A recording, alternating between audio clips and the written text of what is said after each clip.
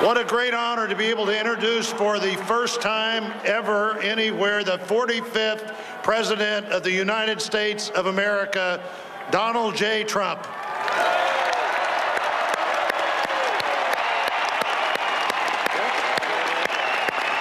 Did I get that one right?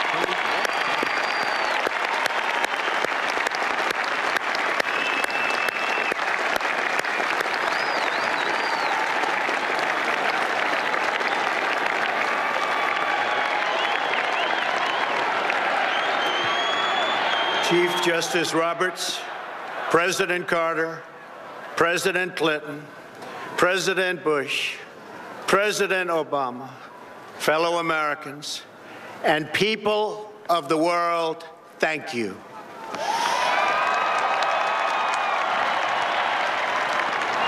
We, the citizens of America, are now joined in a great national effort to rebuild our country and restore its promise for all of our people.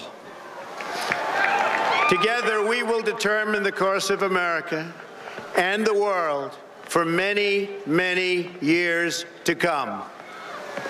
We will face challenges. We will confront hardships, but we will get the job done. Every 4 years, we gather on these steps to carry out the orderly and peaceful transfer of power. And we are grateful to President Obama and First Lady Michelle Obama for their gracious aid throughout this transition. They have been magnificent. Thank you. Thank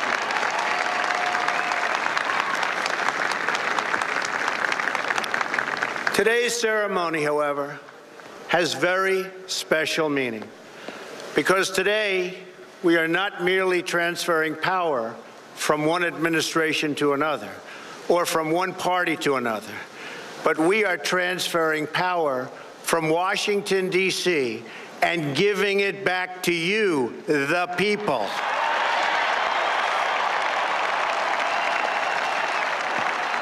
For too long, a small group in our nation's capital has reaped the rewards of government while the people have borne the cost.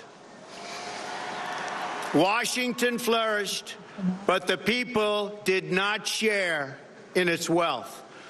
Politicians prospered, but the jobs left and the factories closed. The establishment protected itself, but not the citizens of our country. Their victories have not been your victories. Their triumphs have not been your triumphs.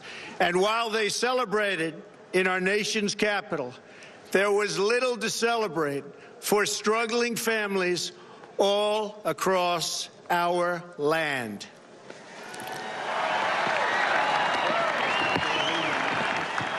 That all changes starting right here and right now, because this moment is your moment. It belongs to you.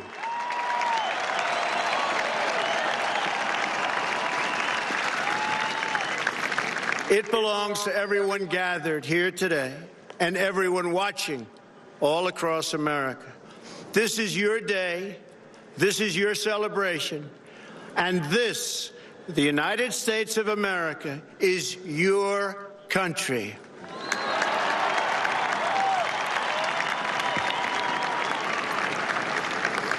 What truly matters is not which party controls our government, but whether our government is controlled by the people.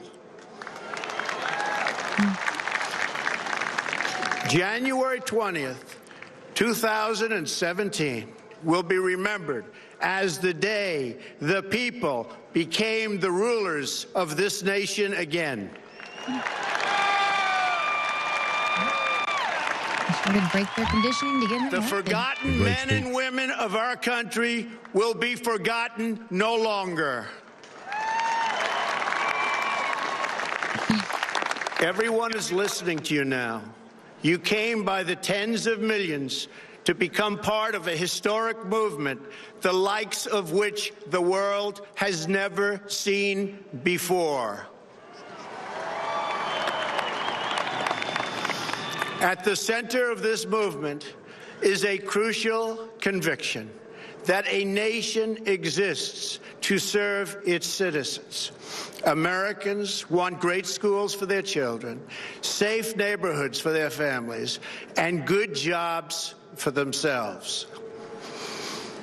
These are just and reasonable demands of righteous people and a righteous public.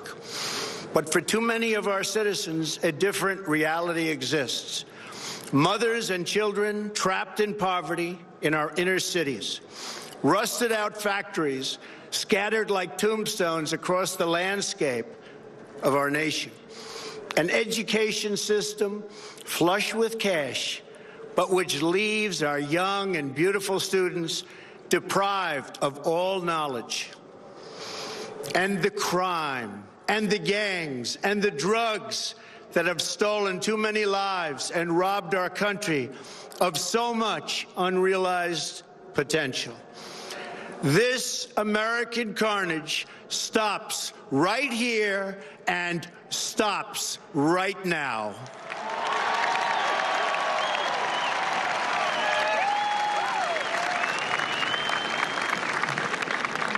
We are one nation, and their pain is our pain. Their dreams are our dreams, and their success will be our success. We share one heart, one home, and one glorious destiny. The oath of office I take today is an oath of allegiance to all Americans.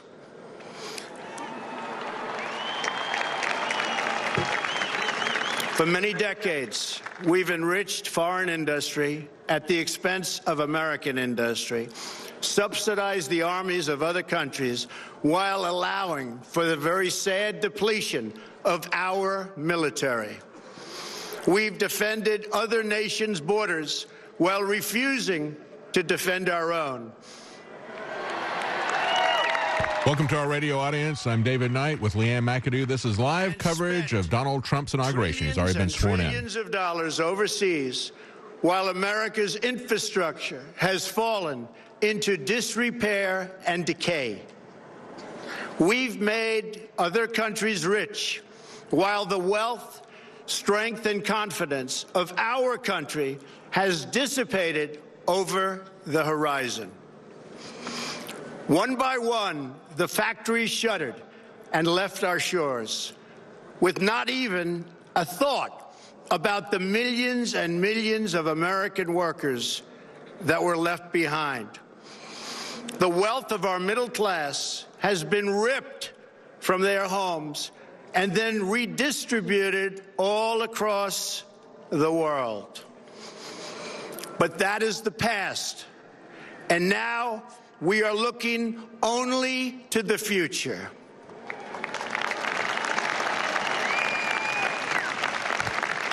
It's really great how this speech is not being made about Donald Trump. Absolutely. We assembled here today are issuing a new decree to be heard in every city, in every foreign capital, and in every hall of power.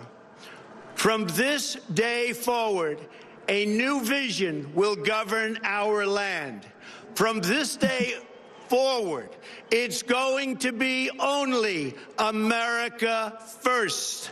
America first. That's right. He's been elected president of America, not the leader of the globalist cartel, as we saw on Biden trade, and Obama. on taxes, on immigration, on foreign affairs will be made to benefit American workers and American families. We must protect our borders from the ravages of other countries, making our products, stealing our companies, and destroying our jobs. That's right. In 8 weeks, he did more than Barack Obama did in 8 years to bring jobs to America, to keep them from Protection leaving. will lead to great prosperity and strength. I will fight for you with every breath in my body, and I will never, ever let you down.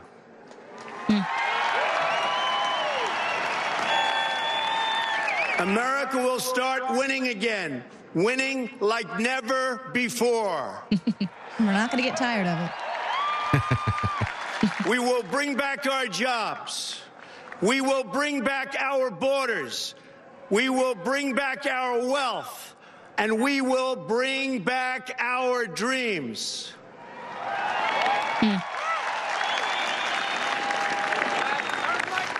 We will build new roads and highways and bridges and airports and tunnels and railways all across our wonderful nation.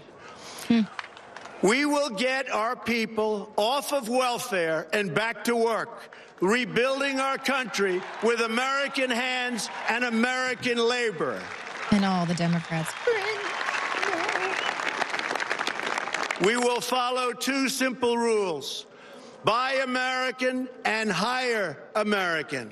Paul Ryan doesn't like that. No. And he already took that out last We year. will seek friendship and goodwill with the nations of the world, but we do so with the understanding that it is the right of all nations to put their own interests first. We do not seek to impose our way of life on anyone, but rather to let it shine as an example. We will shine for everyone to follow.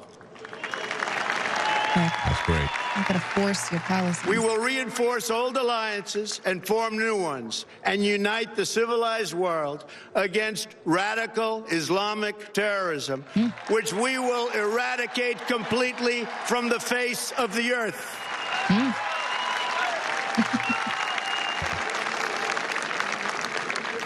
At the bedrock of our politics will be a total allegiance to the United States of America. And through our loyalty to our country, we will rediscover our loyalty to each other. When you open your heart to patriotism, there is no room for prejudice. That's right. You see people as other human beings, as other Americans, rather than a demographic group to be exploited. How good Exactly. and pleasant it is when God's people live together in unity. We must speak our minds openly, debate our disagreements honestly, but always pursue solidarity. When America is united, America is totally unstoppable. Again, we're covering live the speech should of be Donald no Trump after fear. his inauguration. We are protected, President Donald Trump. and Yes. we will always be protected. We will be protected by the great men and women of our military and law enforcement. And most importantly, we will be protected by God. Good. Oh. Gives God credit. I've heard Finally, that too much lately. we haven't I? must think big and dream even bigger. In America, we understand that a nation is only living as long as it is striving. We will no longer accept politicians who are all talk and no action, constantly complaining, but never doing anything about it.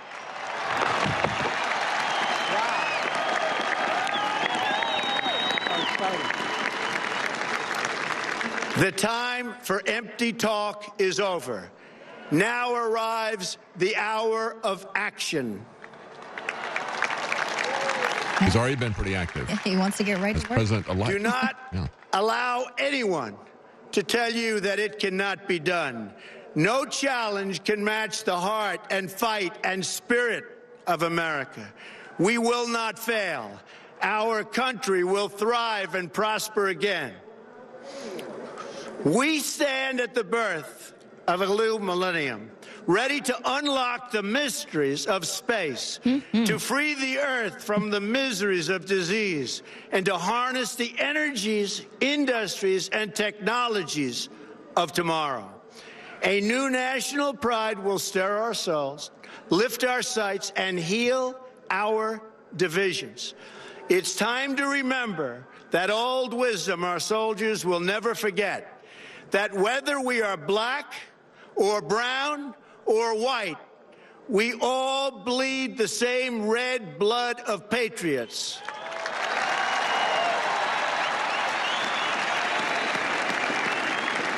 We all enjoy the same glorious freedoms, and we all salute the same great American flag. For your Antifa protesters. And whether a child is born in the urban sprawl of Detroit or the windswept plains of Nebraska, they look up at the same night sky, they fill their heart with the same dreams, and they are infused with the breath of life by the same almighty Creator.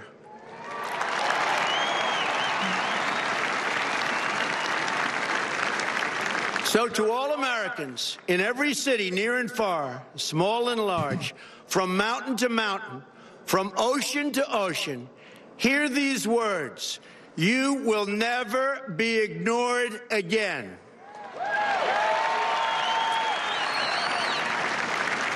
Your voice, your hopes, and your dreams will define our American destiny. And your courage and goodness and love will forever guide us along the way. Together, we will make America strong again. We will make America wealthy again. We will make America proud again. We will make America safe again.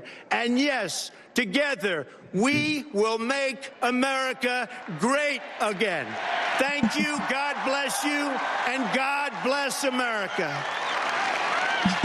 Thank you. God bless America. All right, you've been listening to the first speech of President Trump.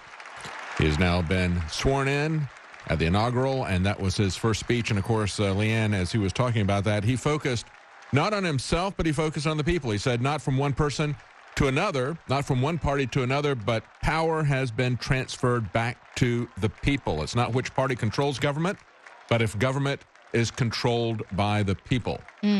I can only imagine if Hillary Clinton would have been giving that speech, it would have been all about women. Social, yes, all the I am the first woman. You notice I'm a woman? I am the first woman here to be prime president. I've broken through the glass ceiling. Oh, we would have heard glass ceiling, glass ceiling, glass ceiling. It would have been all about her, and that was very refreshing. It'll be interesting to see how people try to tear that speech apart. So he made this not about himself, as Hillary Clinton would have made it about her and about her being a woman. He made it about the people, said you are the people are supposed to control the government. That's what we're going to have happen. Right. And, of course, he also made a comment that is absolutely going to set the mainstream media ablaze. They are going to be absolutely incensed about the fact that he said we will eradicate radical Islam from the face of the earth. That's a phrase that Obama and the left and the mainstream media could barely bring themselves to say in the face of a terrorist shooting. They couldn't talk about radical Islam. And he called it out and said, we will eradicate radical Islam from the face of the earth.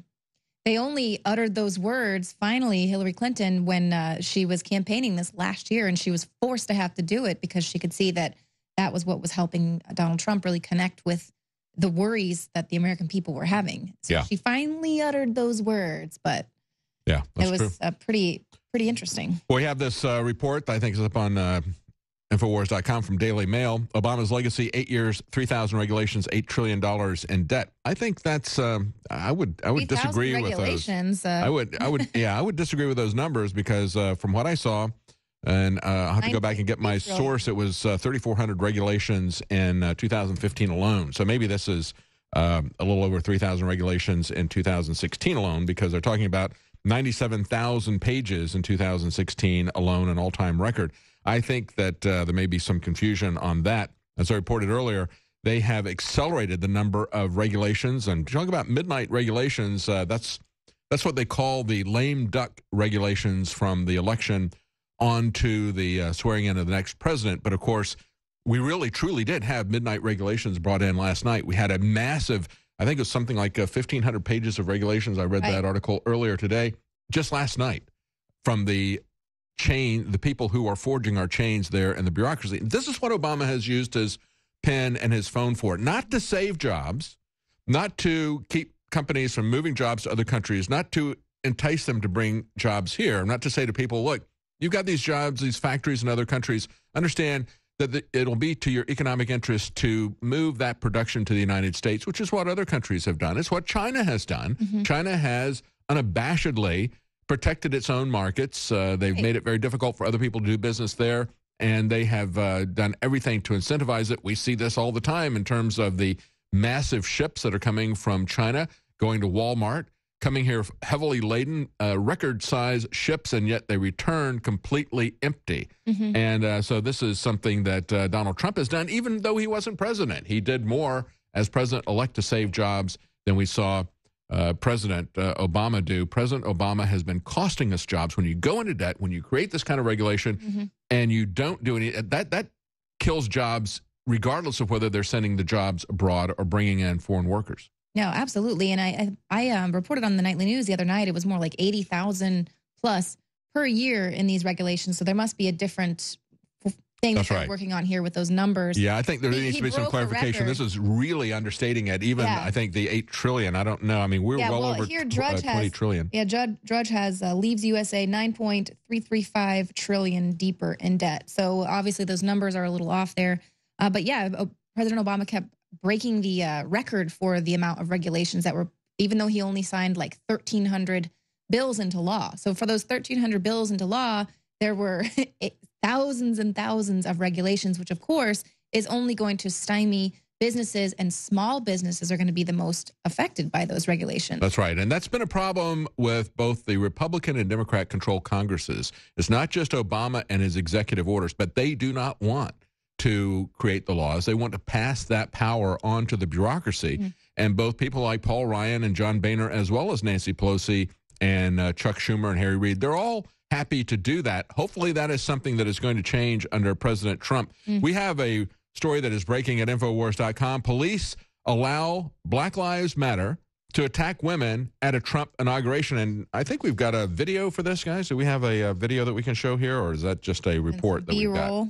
I think we have some video. The article is up on Infowars.com. And, of course, that's what Alex Jones and the rest of the crew who are now live on the streets of Washington, D.C. have been talking about, the fact that the police have been pretty passive in the face of violent protesters, not only blocking people's access to the inauguration, getting at the entrance there before they go through the security services, keeping people from getting into the inauguration itself, but also attacking people, attacking women, hitting people with sucker punches. And there you can see Alex Jones. That's a Facebook mention there, I think, that we have going on there. You can see that live stream. And I tweeted out a video a little earlier this morning of the crowd there, the barricade of bodies.